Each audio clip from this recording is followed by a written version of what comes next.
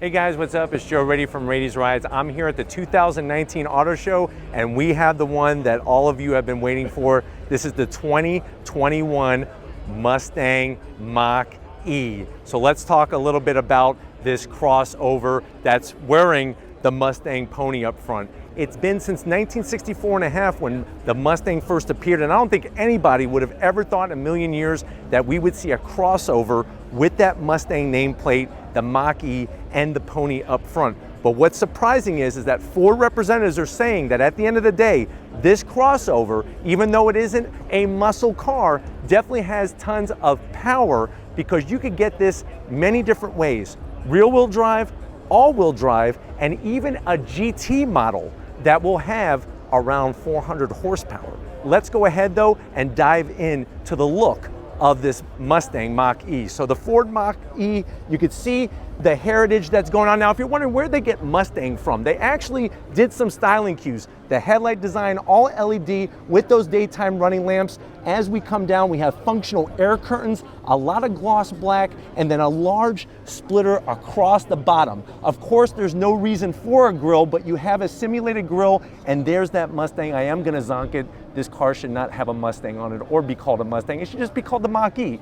As we go up onto the hood, very familiar Mustang lines up on the hood. We come around the bend, and what Ford has done is they take the haunches of the fenders and brought it into the Mustang Mach E. I do like the way you could see the gloss black with the air curtains on the side. This one is wearing 20-inch wheels. I like the cross-lace look to them, those large, massive red calipers like He-Man's hands on these rotors. And that's the thing, with the all-wheel drive or wheel-wheel drive, that performance, you're gonna get the performance to go, but you also need the performance to stop at the end of the day. I really like the fender flared piece that goes all the way around the opening. As we come down the side, gloss black on the mirrors. This has a nice glass roof. They're not saying if the glass roof is standard or if that's optional yet, but it does give it a great look.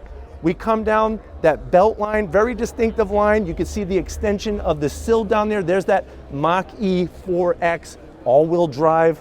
Keep coming back. If you look at the roof line, it has a Mustang style fastback roof line, even though this is a crossover. Large rear fenders, kind of flared out, and then when we come around to the rear of the car, I think this is really the sign that says, hey, now I can understand why it's called a Mustang. It's got that tri-bar taillights, very synonymous with the Mustang, that GT badging, very clean on the diffuser. You can see functional diffuser, your reverse lights, all down low. I love this color, that grabber blue really grabs your attention and has the performance, but let's go ahead, check out the interior of this Mustang Mach E. We're inside this Mach E, and guess what? You are gonna be greeted to a wonderful layout of interior. I like the way the dash is very far forward. If you're wondering, well, what's the price? This GT fully loaded, you're looking at MSRP $60,000. It's got a range of about 240 miles. If you go with one of the other levels of the Mach E, you could get a range up to 300 miles. But of course, when we come to performance, you're gonna use up a little bit more of that battery life. But let's go to the door panels. I like what's going on styling-wise. Lots of Alcantara. You got the B&O optional sound system, leather with that white contrast stitching. We go from the door panel to the dash. Very nice material. What's interesting is they're using a cloth style material and then this nice, almost like a metal plating, but it's plastic with a little bit of leather. One thing to be aware of, there's no exterior actual door handles. You push a button and then open up the door. The biggest surprise is going to be this 15-inch infotainment system, vertical screen. I'm zonking it because I don't like the way it's just kind of tacked to the dash like that, but it definitely is large and in charge. 2 cup holders, wireless charging, USB, USB-C. We have our rotary dial to go into drive and everything, very familiar for Ford. That nice white stitching. I do like this armrest with the GT badging, looks great. You lift it up and you have more storage, a 12 volt and everything else, including places for those circus peanuts. And really, circus peanuts is what the Mach E is all about. Seats, love the leather, all new design with the Alcantara. Just enough bolstering to hold you in place, but I think that these seats are really gonna do the business for everyday driving. But why don't you come over to the actual business end? I wanna show you some of the surprises on this Mach E.